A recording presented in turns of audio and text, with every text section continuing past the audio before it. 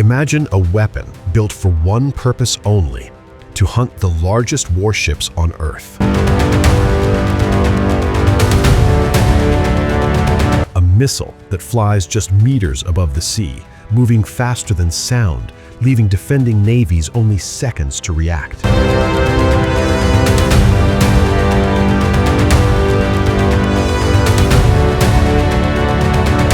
According to reports, Iran may be on the verge of acquiring exactly that weapon.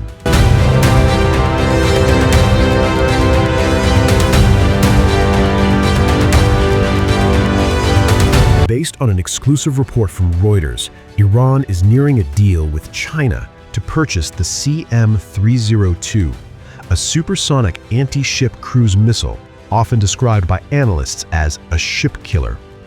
If finalized, this would mark one of the most advanced complete weapon systems China has transferred to Iran in decades. And the timing could not be more consequential. Tensions between the United States and Iran are already at a peak. The U.S. has assembled a substantial naval presence within range of Iranian territory, including 2 aircraft carrier strike groups.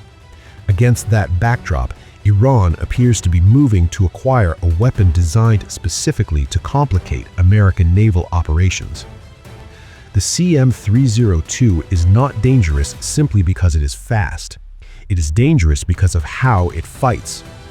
The missile travels at supersonic speed while skimming extremely low over the surface of the sea. This flight profile sharply reduces radar detection time and compresses the window for interception by naval defenses. In simple terms, warships may not see it until it is almost too late. China's state-owned manufacturer markets the CM-302 as capable of sinking destroyers and even aircraft carriers. While those claims are clearly promotional, the underlying reality is serious. This is a system engineered to challenge modern naval power at its core. The Persian Gulf makes this threat even more significant. This is not an open ocean battle space. It is narrow, geographically constrained, and saturated with potential threats. U.S. carrier strike groups already operate within range of Iranian ballistic missiles, armed drones, coastal missile batteries, and fast attack craft. A credible supersonic anti-ship missile adds yet another layer of complexity to an already crowded threat environment. Negotiations between Tehran and Beijing reportedly began at least 2 years ago.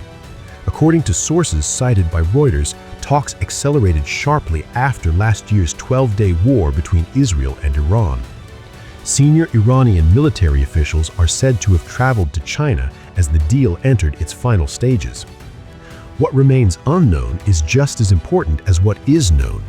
There is no confirmation of how many missiles would be involved, no information on pricing, and no clarity on when deliveries might begin. China's foreign ministry has stated that it is not aware of the reported negotiations. If the transfer does go forward, Iran's maritime strike capability would be significantly enhanced. And while U.S. carriers are among the most heavily defended military assets in the world, military planning is not built on absolutes. It is built on risk management. Even a modest increase in the probability of a successful strike against a high-value naval asset forces planners to rethink distance, timing, and exposure. This development is unfolding alongside a very different conversation happening inside Washington. Publicly, President Donald Trump has stated that his chairman of the Joint Chiefs believes military action against Iran would be easily won. Privately, however, reporting from the New York Times suggests senior military leaders have outlined the risks more carefully, including the possibility of American casualties and the limits on how long high-intensity operations could be sustained. An Israeli intelligence assessment cited in those discussions reportedly concluded that while the U.S. could conduct several days of intense aerial operations, maintaining that tempo for an extended period would be difficult. This does not reflect weakness, it reflects the reality that modern high-intensity warfare consumes munitions at an extraordinary rate. Now place that reality alongside the missile story.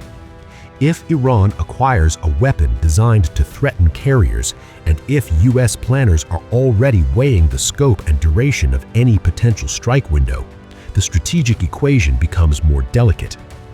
Iran may be attempting to raise the cost of action before a single shot is fired. Conversely, the presence of such a weapon could incentivize action before it becomes operational. There is also a broader geopolitical dimension.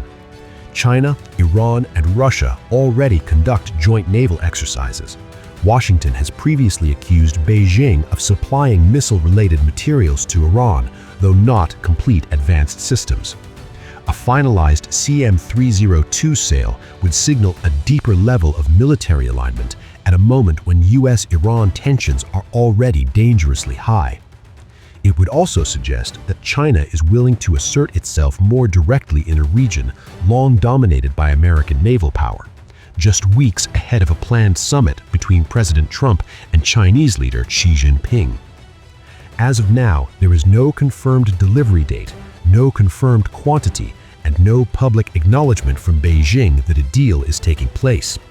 But if Iran does field a credible supersonic anti-ship capability, the Persian Gulf becomes a more contested and more dangerous theater for American forces.